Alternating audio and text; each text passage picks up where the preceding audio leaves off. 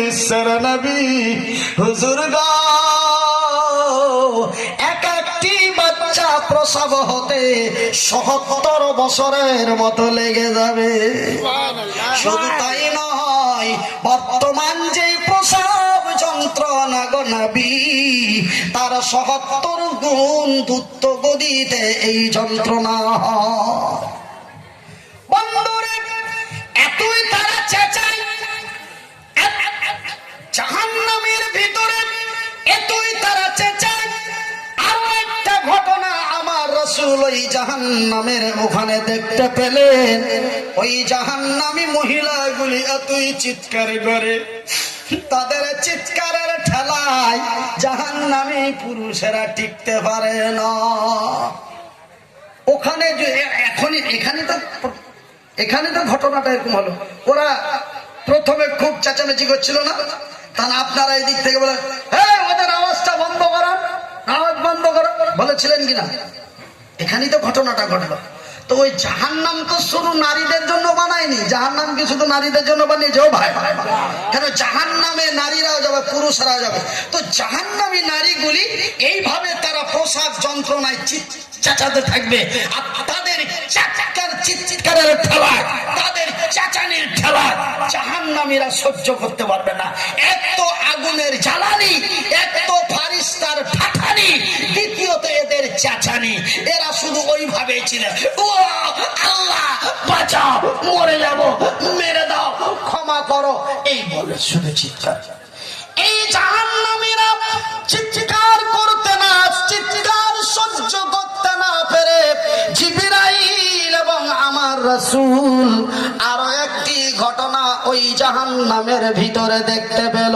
বন্ধুরা মা গো, ওই জাহান্নামী পুরুষেরা তাদের চিৎকারের ঠেলা সহ্য না করতে পেরে ওই যে কলকাতা, হাওড়া, শিয়ালদার কুলিগুলি দেখেছেন?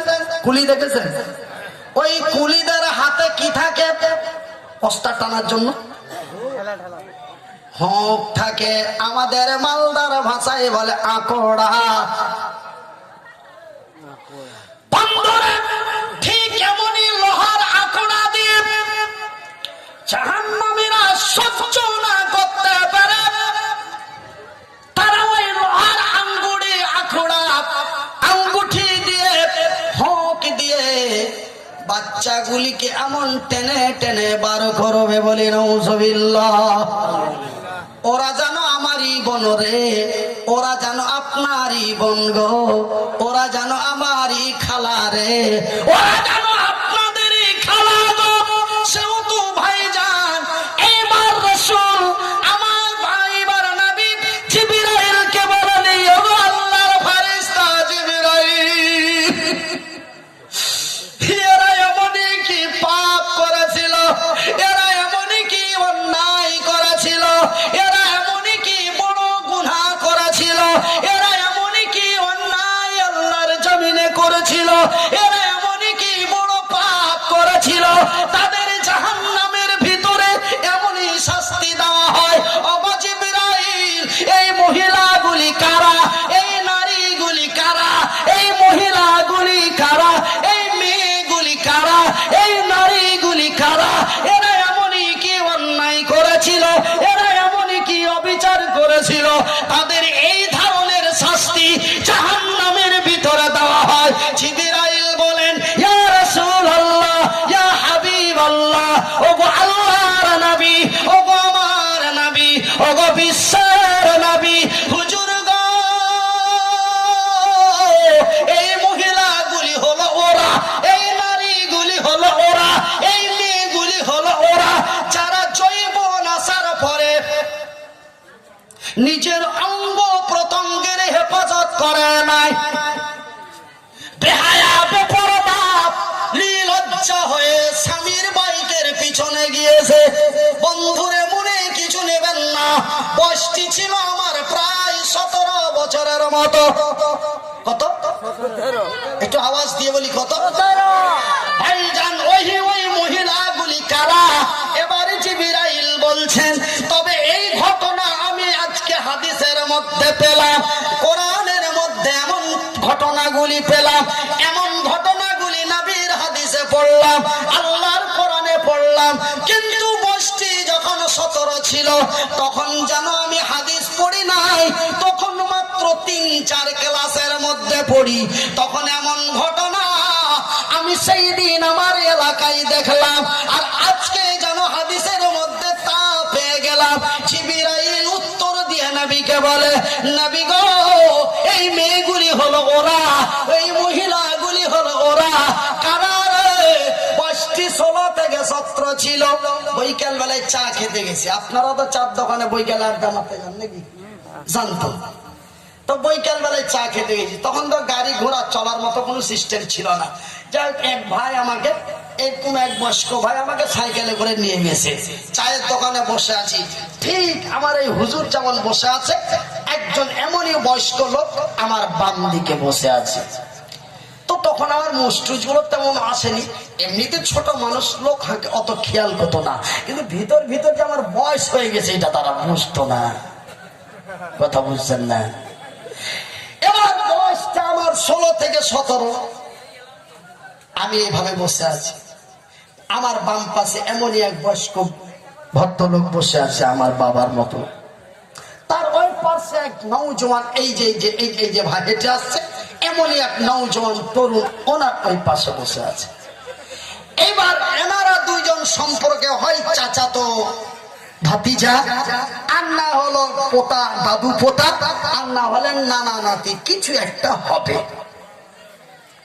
বসে আছে চার দোকানে, তো জানেন কথার গল্প একটাও হয় না, সব অকাজের গল্প হয়।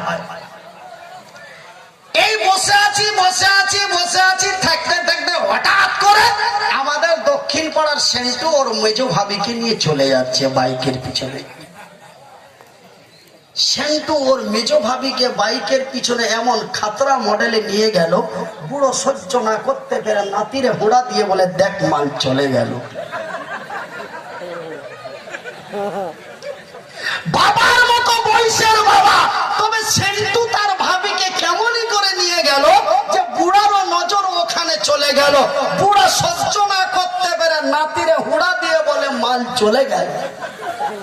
জিবরাইল বলেন, নবী গো, এই মহিলাগুলি ওরা যারা মেকআপ করে, রূপ চর্চা করে, বেহায়া বেপরদা লজ্জা হয়ে আল্লাহর জমিনে চলেছে, এরা হলো তারাই। এতই কেন বাচ্চা দেওয়া হলো? ঠিক আছে, শাস্তি এই দেওয়া হলো, এতই কেন বাচ্চা দেওয়া হলো? আমার ভাইয়ের, আমার বন্ধুরা, জিবরাইল বলেন, নবী গো, ওই মেয়েটা যখন পূর্ণ যুবতী হলো, ভাইজান আমি আমার উপর দিয়ে আপনাদের বলি, আমার মেয়ের বয়স 12 বছর হয়ে গেল, আমার মেয়েটা পূর্ণ যুবতী হয়ে গেল, আমার মেয়ের শরীরে যৌবন এসে গেল, আমার মেয়েটার 12 বছর বয়স থেকে নিয়ে আমার মেয়ে 42 বছর বয়স পর্যন্ত, 12 থেকে কত?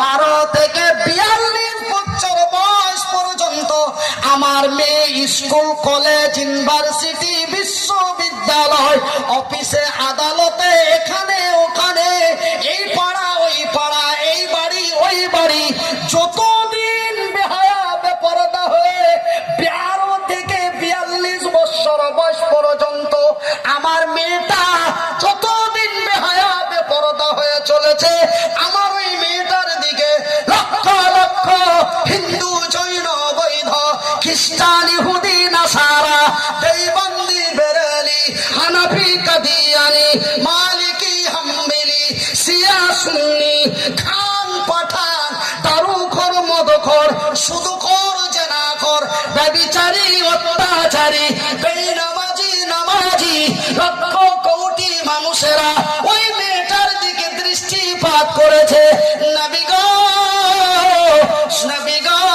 একজন তরুণ, একজন তরুণী, উভয়ে রাজি হয়ে নির্জনে মিলনের নাম জানা শুধু নয় রে, চেনা যেন চোখের হয়, চেনা যেন অন্তরের হয়, চেনা যেন হাতের হয়, চেনা যেন পায়ের হয়।